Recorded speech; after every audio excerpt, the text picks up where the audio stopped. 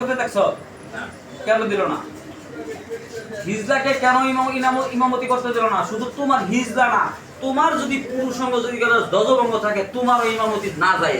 তাক দাও কোন মুক্তি এটা কেন আমার সামনে ইমামতি না যায় ঠিক আছে, কিন্তু আপনার অগত বিচার হইব, মৃত্যুর পর বিচার হইব না? 100 বার হবে। তাইলে অগত ইবাদত করতে হইব না? হ্যাঁ, তাইলে কাম করব আল্লাহর কাছে সেদিন আল্লাহর কাছে হিজলার একটা কাতার থাকবে। এখানে হাসর কিয়ামতের দিন 72 থেকে 73টা কাতার দলিল দিছে। প্রথম এক কাতার ইমাম দিয়ে আল্লাহ জান্নাত উদ্বোধন করব, দ্বিতীয় এক কাতার আলেম দিয়ে জাহান্নাম উদ্বোধন করব। এইভাবে উদ্বোধন করার পরে কিছু আর যখন কোটি কোটি মানুষ, অগণিত মানুষগুলা নিজেরা নিজের ঘামের পানির মধ্যে সাঁতার কাটতে থাকবো, ইয়ানাফসি করতে থাকবো। ওই সময় কিছু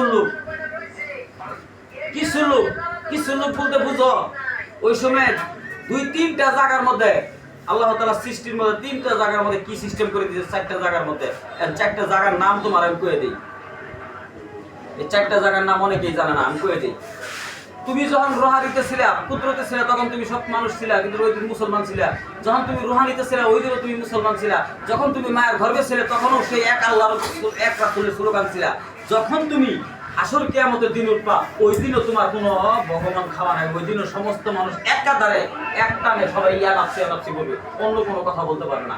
কিছু ইমানদার আমলদার কি করবে, এই হাসরের ময়দানের মধ্যে কষ্ট মতো করে যাবে। নিজেরা নিজের শরীরের ঘামের পানিতে সাঁতার কাটতে থাকবে, ইয়ানাফসি করতে থাকবে। তাদের গলা এবং শুকিয়ে আসবে, পানি করতে থাকবে।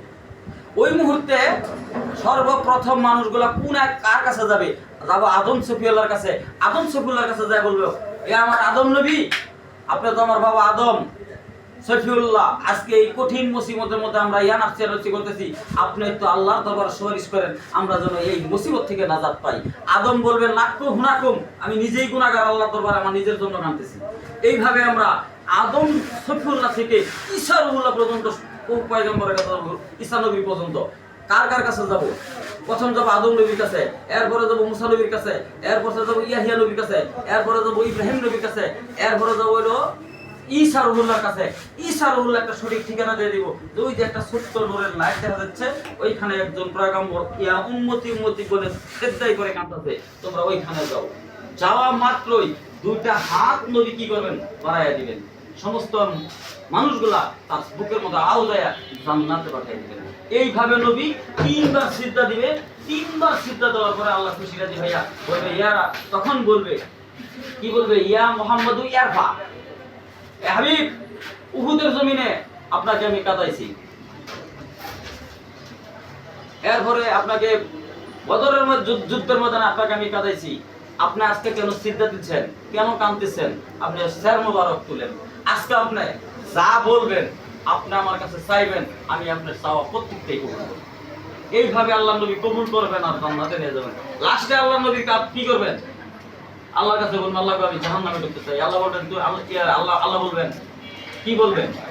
যে হাবিব, আপনি যদি জান্নাতের ভিতরে প্রবেশ করেন, তাহলে জান্নাত কি হয়ে যাবে? বরফের মধ্যে ঠান্ডা হয়ে যাবে, আগুনে তাজুল্যে থাকবে না। তখন আল্লাহ নবীর পাওয়ার কমাই দিবেন, দিয়ে তার জান্নাতে ঢুকাবেন। ঢুকাইয়া 3বার যাইবেন।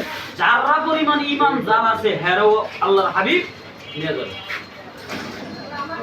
আল্লাহ বলবেন, আল্লাহ হাবিব বলবেন, আমার জানা মতে আর আমার একখানা উম্মত নাই জাহান্নামে।